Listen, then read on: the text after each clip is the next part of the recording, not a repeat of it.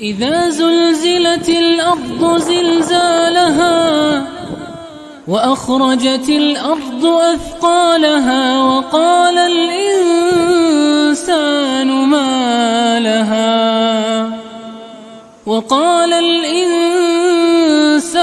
ما لها يومئذ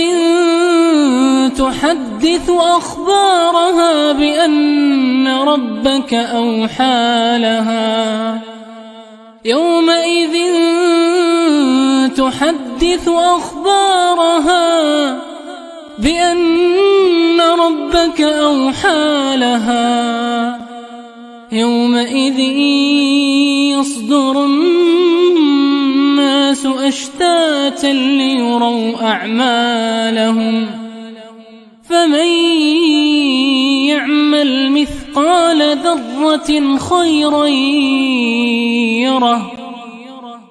ومن يعمل مثقال ذرة شرا يره.